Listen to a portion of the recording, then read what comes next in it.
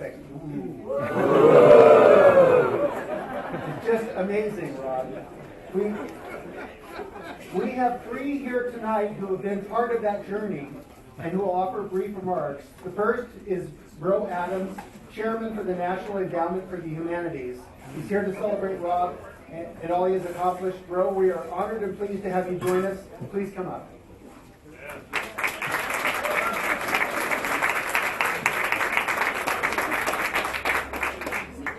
Thank you, Tom, and good afternoon, everyone. Thanks so much for being here, and thanks so much for having me representing the National Endowment for the Humanities. I'm delighted to be here to celebrate this extraordinary career that Rob has had here at the Virginia Foundation. I have been looking again, because of something I'm writing, at some of the founding documents of NEA and NEH.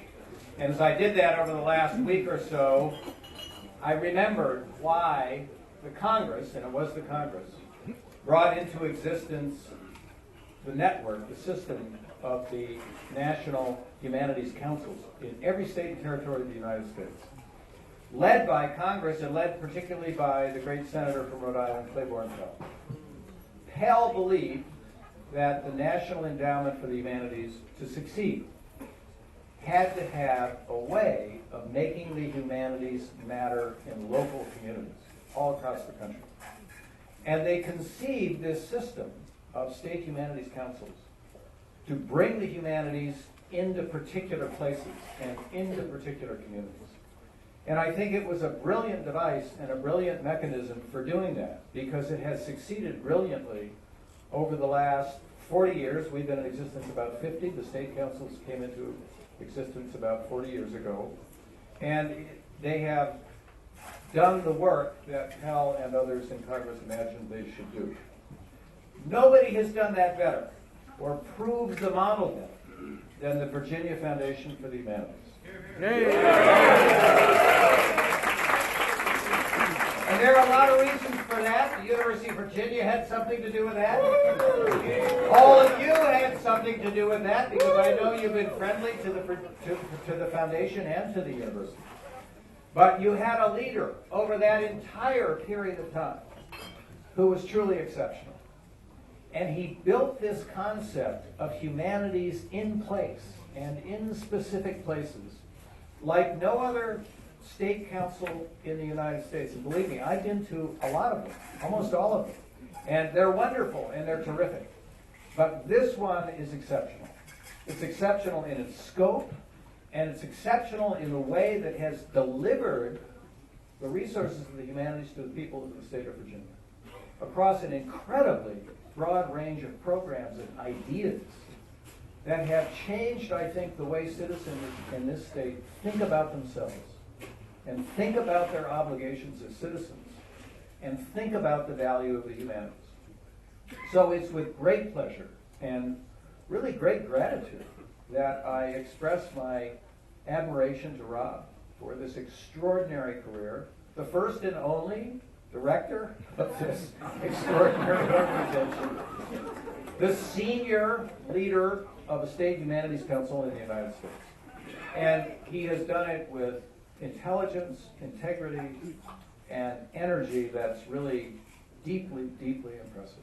And Rob, on behalf of all of my predecessors at NEH, all of the chairmen, and all of the program officers and people that work day in and day out to deliver these grants to the world and to Virginia, it's such a pleasure to be here and to say how much we admire your wonderful career, how grateful we are, and how well we wish you in the next interesting future to which you now go. Thank you, and God bless.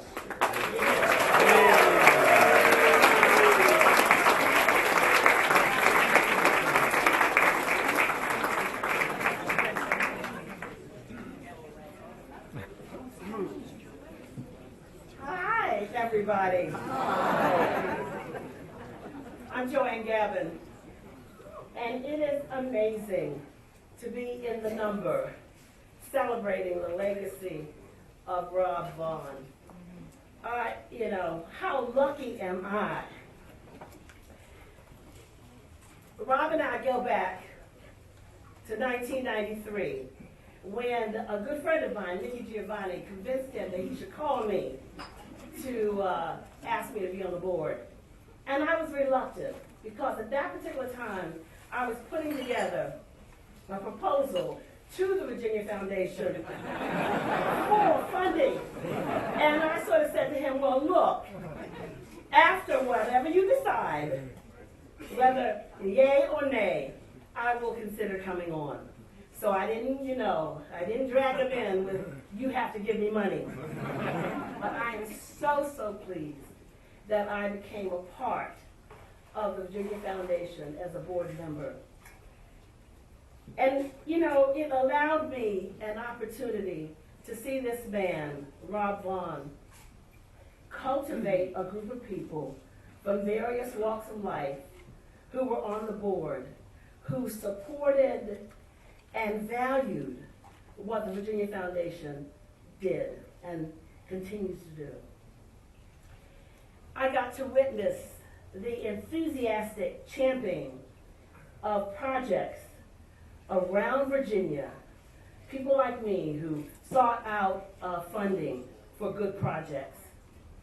And I'm so pleased that we got that funding for the Furious Flower Conference in 1994, and that we continue to get funding since that time. It's a wonderful, wonderful collaboration. But in truth, I think the thing that most made me admire this man is the staff that he built around him. I have never been associated with a group of people that I more admire than the people at the Virginia Foundation. All right. Yay!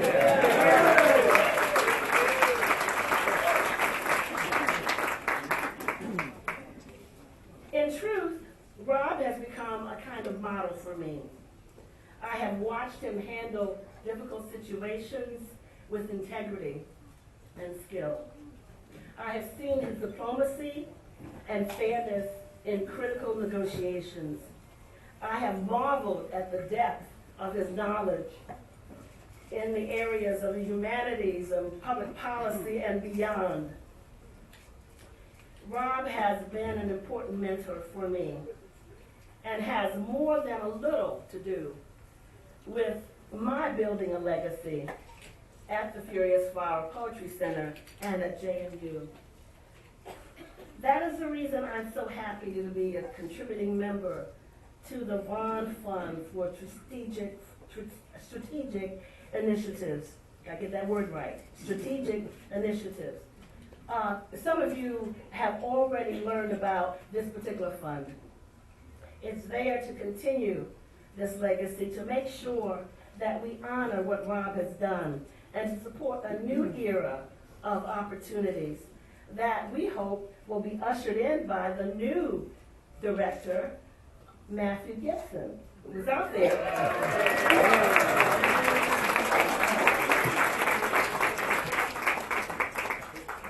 So I hope you will come along with all of us who have contributed and join this initiative.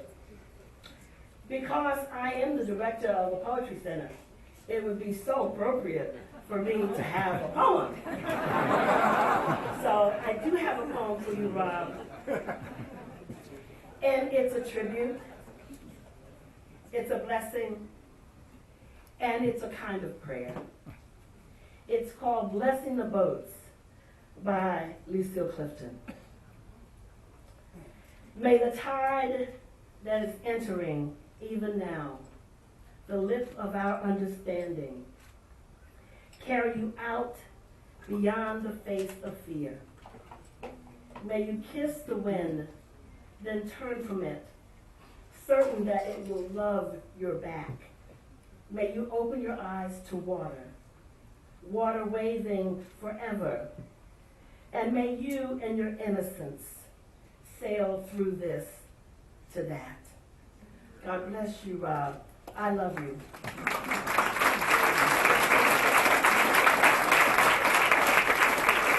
And now I welcome Andrew Graham.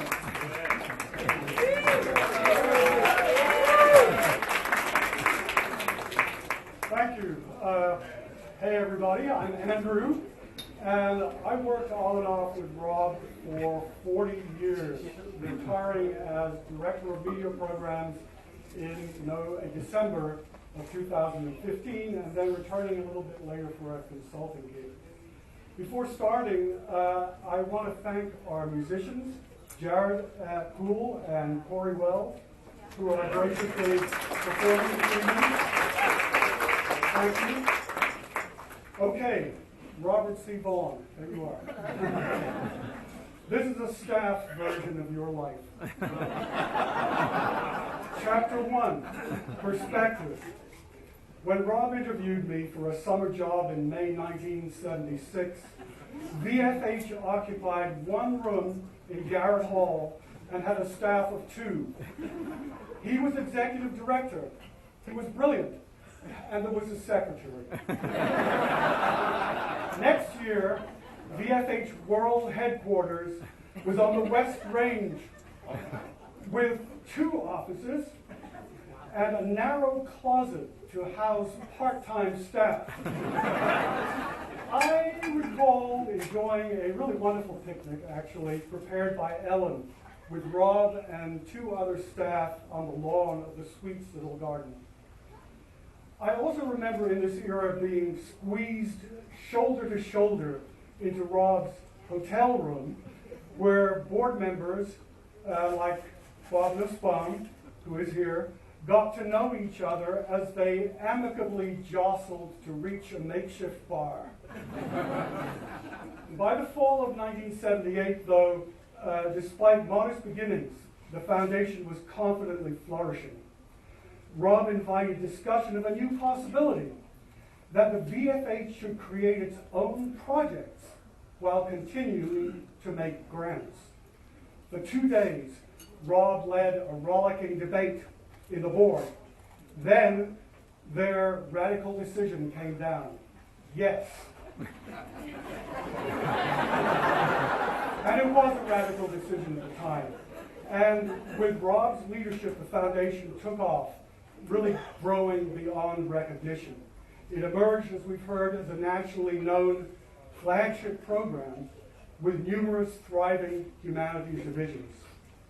Chapter 2, a whirlwind of details. From then to now, there are so many memories, it's been a real puzzle for me to choose. Here are a few, at random. Rob's concrete commitment to racial, gender, and ethnic diversity expressed throughout VFH history.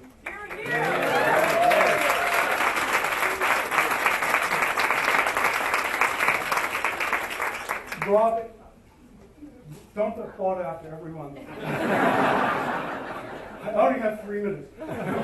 Rob intrepidly completing superbly written book-length proposals for NEH funding and special awards.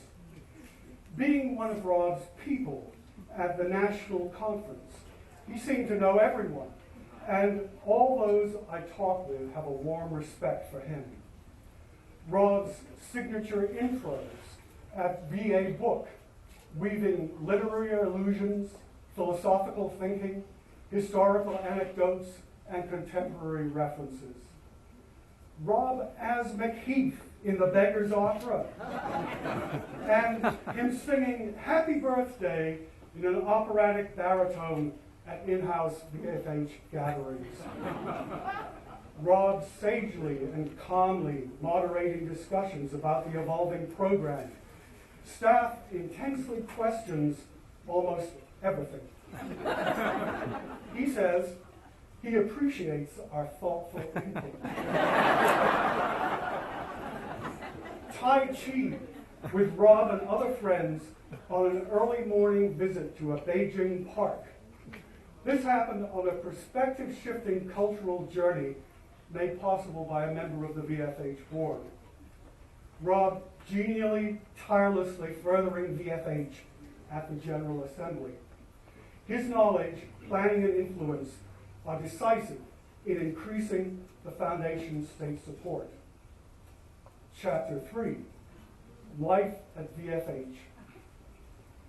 The essence of management, someone once said, is like holding a dove. without either crushing it or letting it fly away. Rob brilliantly met this precept with a liberal vision for those working with him, setting a high standard for those who follow. First, Rob created a climate in which we were free to learn and grow.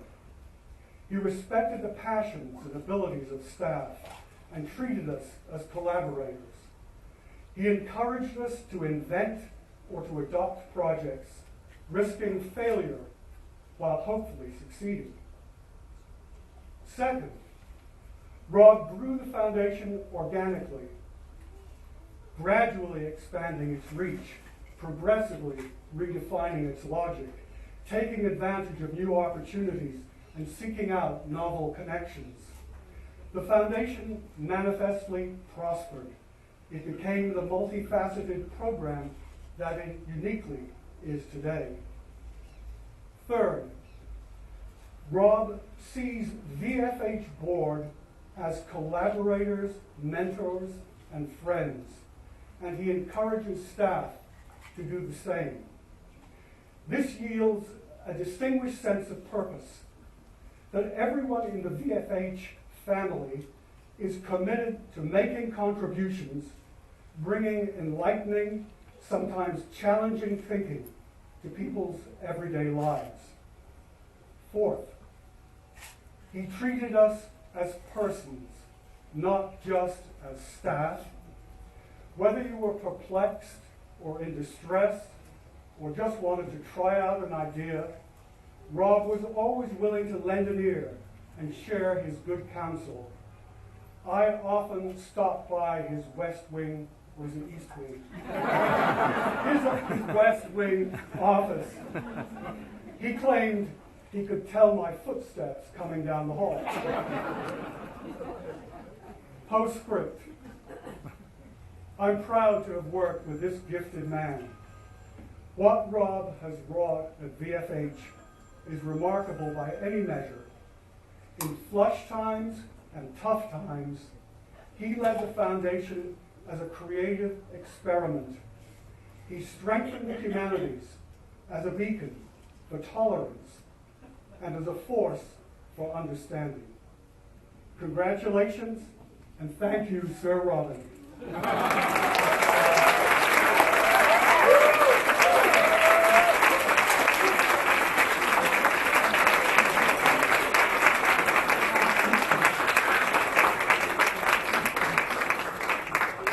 Thank you, Bro, Joanne, and Andrew. You are lucky to have worked with Rob all these years. I've only had 2 years with him, but it's been a distinct pleasure. It doesn't take very long to appreciate what a jewel in the crown Rob and VFH are for the university, for the Commonwealth, and beyond.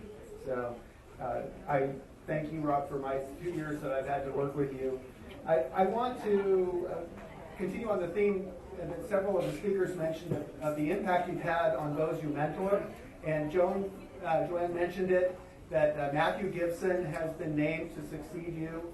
And I know it's an awesome responsibility and becomes all the more awesome and intimidating with this celebration. So would you please join me? Where's Matthew? Wave your hand. Would you please join me in giving Matthew a round of applause to encourage him?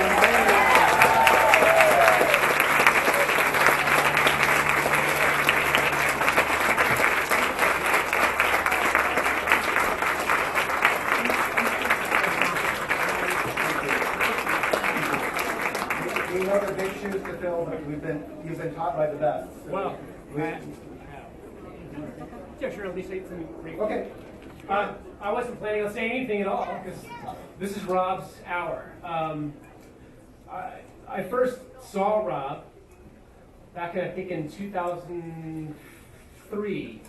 He and Ed were introducing the South Atlantic Humanities Center, a grant that they just got from the NEH to develop work not just in Virginia, but all across the Southeast and the Caribbean islands. I didn't actually meet Rob until 2005 when I came to interview for a job, which I've held for the last 12 years. I'm going to keep this very brief, again, because I didn't plan your remarks, but I do think, when I think of 2 adjectives that I think of Rob embodying, genius for one, as Andrew's already alluded to, he hires the best and the brightest. He does the best and the brightest things for the Commonwealth and for the humanities. Our board chair, our incoming board chair, just recently forwarded to me an article about, it was in the Wall Street Journal about what they're doing to try and combine big data and the humanities, taking hard data and combining it with the softer side of life. As Rob will tell you, as Rob has shown in his own life, the humanities are anything but the softer side of life. We ask the hard questions. And I hope I can live and fulfill and be in those shoes to continue asking those hard questions. But he's also very generous. He's a genius and he's generous. I've never met somebody so attuned to his staff, to the community of people he serves, and so willing to give them the time that they need to talk to him about whatever it might be that they need to talk to him about. And I just think of Rob as a mentor for me. I know these are big shoes to fill. I will do different things than Rob, I know.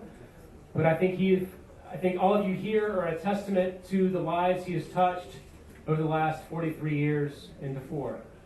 So I just want to thank Rob for my own career, for my own move into this position. And I will always look to you as a mentor as I move forward. Thank you very much.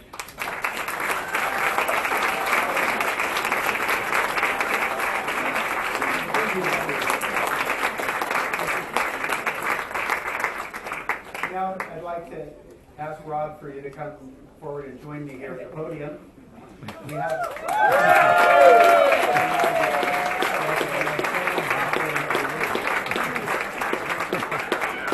good to see you have a few friends.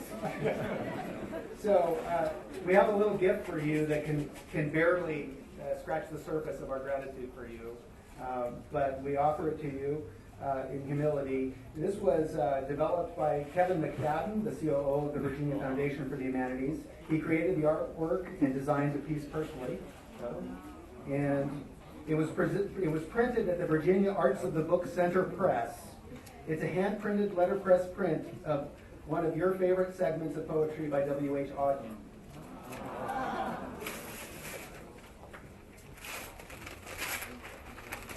And it's a little small, so I'll read it. And it reads,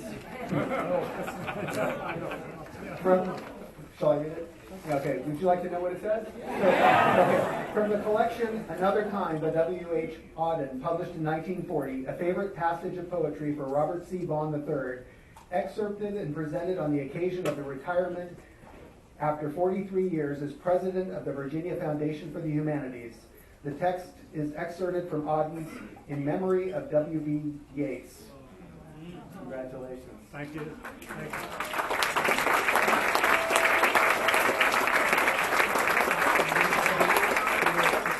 And Rob, as you know, the poem begins with the words, quote, "You were silly like us. Your gift survived it all." How appropriate for tonight. Your gift is your legacy at VFH, and it will survive us all. Congratulations and thank you. I'd like to invite you to say a few words now. Thank you.